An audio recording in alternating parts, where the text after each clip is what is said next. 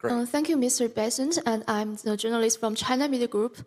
I want to ask that the FED said 37% of U.S. adults can't cover a $400 emergency. What do you think of it? And some calls list the Q line or Alice line for U.S. people, and the Q line is mainly for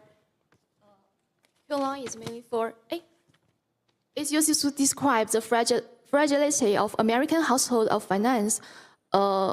Unexpected expense is enough to plunge the middle class into the financial ruin. So what's your opinion of it?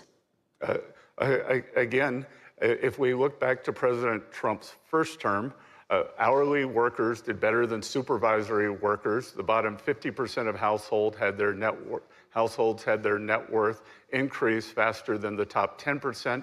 And as I said, I believe that the households that you're describing there will be receiving substantial tax refunds.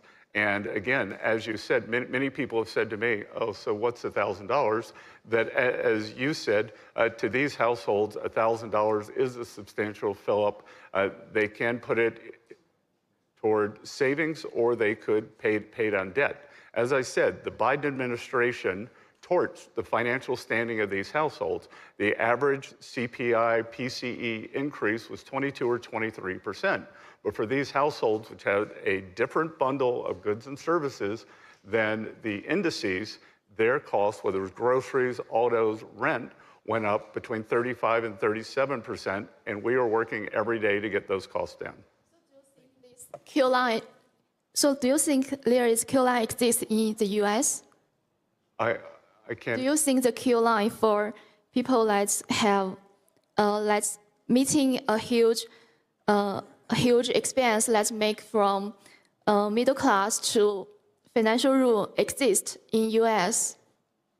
Sorry, Let's move to the next question, I don't understand the question. I'm not sure you do either. Guys, just so we know, we're at a 5-minute warning, so we got to keep moving. We have time for one or two more questions. Right behind the gentleman with the blazer with his hand up, please. Thank you.